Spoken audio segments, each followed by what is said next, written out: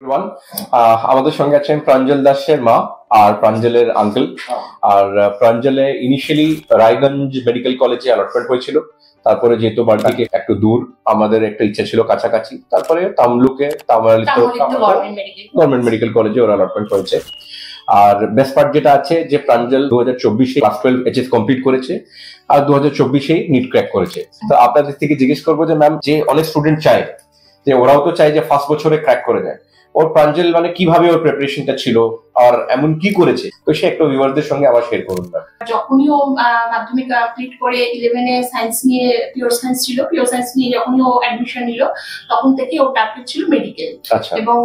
এবং ও একদম মানে মনস্থির করে নিয়েছিল যে আমি বোর্ডের সাথেই ক্র্যাক করবো মেডিকেলটা।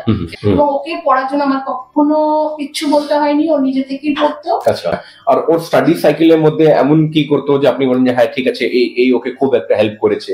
রাত 2-3 বেজে যাচ্ছে ও পড়ছে, আবার কোনোদিন হয়তো পারলো না, তখন হয়তো 12টা 12:30টার সময় হয়তো ছেড়ে দিল। হ্যাঁ, মানে এরকম শিডিউল বলে কিছু ছিল না, তখন ম্যাক্সিমাম টাইমটি কোশ্চেন প্র্যাকটিস করতো।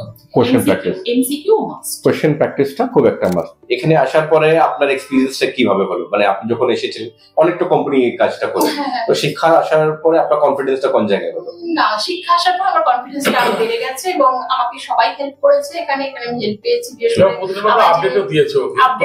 আমার যে পিওসি ছিল উনি যথেষ্ট ভাবে আমাকে হেল্প করেছেন। যখন ফোন করেছি আমার ফোন কল রিসিভ করেছে, আমাকে হেল্প করেছে এবং গাইড করেছে। আমি যা জিজ্ঞাসা করেছি আমাকে বলেছে।